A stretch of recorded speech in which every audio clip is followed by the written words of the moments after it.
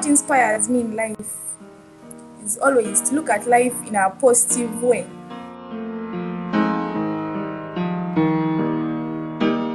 I'm Catherine Kanawahita.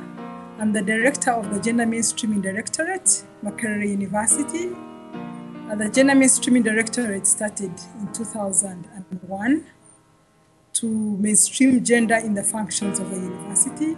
Makerere University realized that there was a need to implement what is being taught in the classroom in terms of gender awareness and gender sensitization, the disparities that are in society, the discrepancies and the marginalizations that girls face at the household, in society, are reflected in the institutions as well. So we are not only dealing with issues of gender, but also dealing with issues of equity.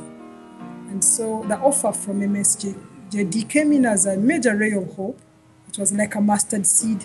And I remember telling my staff that we can never despise small beginnings. This is to show us that there are many people out there who would be willing to support girls from poor backgrounds who are very bright to access university education. I come from a family of 5. My mother died on 1st January 2002. Before that, I was fine. The family was okay. They were paying us school fees in primary. But after my mom died, that's when things changed. I come from northern Uganda. That is one of the most disadvantaged parts of this country. I lost my father when I was 11. My mother did not really go to school. She attended school, but she dropped out. She has a small store. She sells some produce, rice, beans, posho. My dad was working with the army as an engineer, so he used to move a lot. So practically we never stayed with him that much. After my mother's death, of course, the life transformed. Now I had to take care of myself and my kid sibling. I was just around 11 years. So we couldn't stay alone at home, so we had to go and stay with some of our aunties. My mother single-handed, she would try, but my father had built a house. We have some rooms for rent. My dad was never around. We actually even never knew where he was. So my aunties, the ones I was staying with, tried to help me for some time. But after something like 3 years in secondary, they also gave up. So after that, I had to look for my school fees for the remaining 2 years of my O-level. So I had to kind of do some work alongside studying. I would do casual labor, like do laundry for people, that kind of thing. Way back in primary, school fees was cheaper, so she could afford it. Then the problem came in when I joined secondary.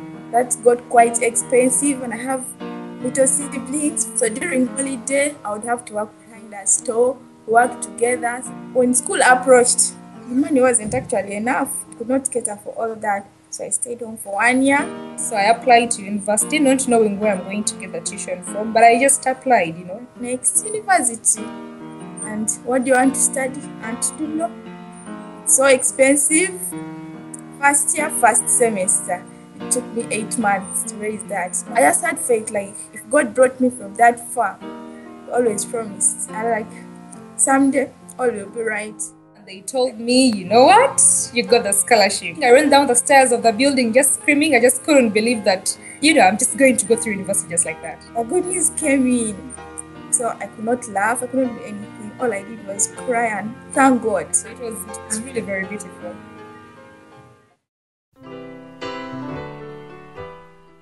Joanin, I was there when we interviewed her the first time amongst many other girls, and she stood out. And as she narrated her background and how her mother was struggling to raise her tuition and all that, she stood out as somebody who was genuine and who also had a lot of potential, because we know some of them come to the university with all kinds of backgrounds and questions and challenges. Issues of self-esteem, issues of confidence. She shared with us the challenges she was facing. She wrote them down in the report to MSJD, and we believe that in the second semester she will perform better. But most importantly, the success is showing on her face, and there's a big change. I think I can say the same about Monica. Monica was courageous enough to cut off all her hair And it's a bold move. It's also a confidence, sign of confidence. We believe that what they are getting in law school and the exposure into Makerere and working with us at Gender Mainstreaming Directorate is going to really shape them up to be fantastic women who promote the gender equality cause and come into society and make a difference. From then, life has never been the same. With law, you have to read. You read and read and read and read until you can read no more. You just have to read a lot. So it has been some bit of a challenge, reading so many books. But yeah, we shall overcome them. I look after my siblings. I took the burden off my auntie. So it's all good, honestly. So well, here in university, they're like a family to me. For the Gender Mainstreaming Directorate, I just have no words for them. Because they saved me and they're saving very many girls out there. I have a basis. I have somewhere to lean on. It's all up to me. Yeah. About 38% of the Ugandans live below the poverty line. For the last 20 years, there's been insurgents in some parts of the country. And because of that political instability, then these families have been on the run or they've been living in camps. And they've been really living under difficult circumstances. Women are marginalized. I've seen women struggling for land, especially when they lose their husbands, their relatives, especially the male relatives, come in so fast to grab away all the properties from them. And yet they need this property to take care of their children.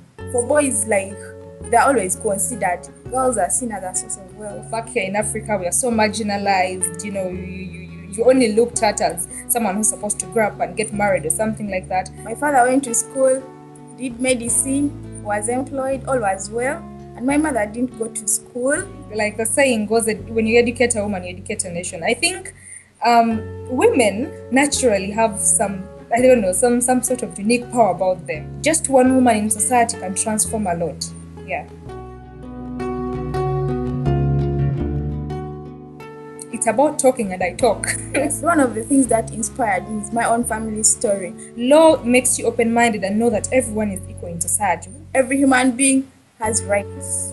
And it's unfortunate that there are so many people who still don't know their rights. They're so ignorant about their rights. Lead a decent life, be someone in society, stand up for someone. You are forced to look at things not from your own point of view, but from the society's point of view.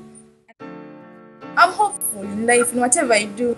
I believe someday I'll change things around for myself. After the training, I see myself as a very strong human rights advocate, because human rights in this country, they are really, really bad. Education lays a basis for my future, what I want to be. Generally, let me say, I just really want to create a platform to fight for girls' rights and children's rights. We are voice for the voiceless women.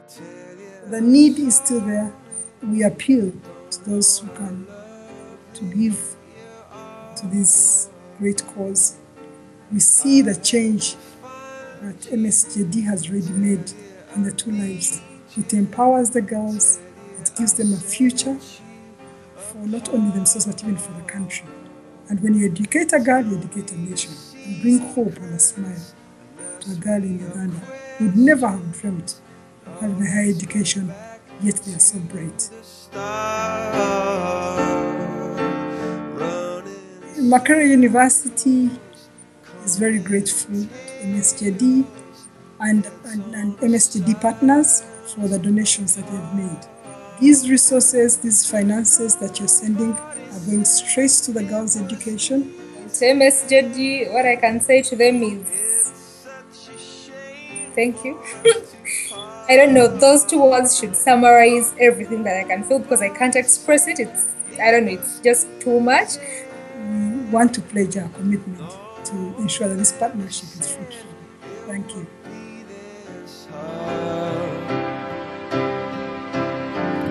Oh, take me back to the start.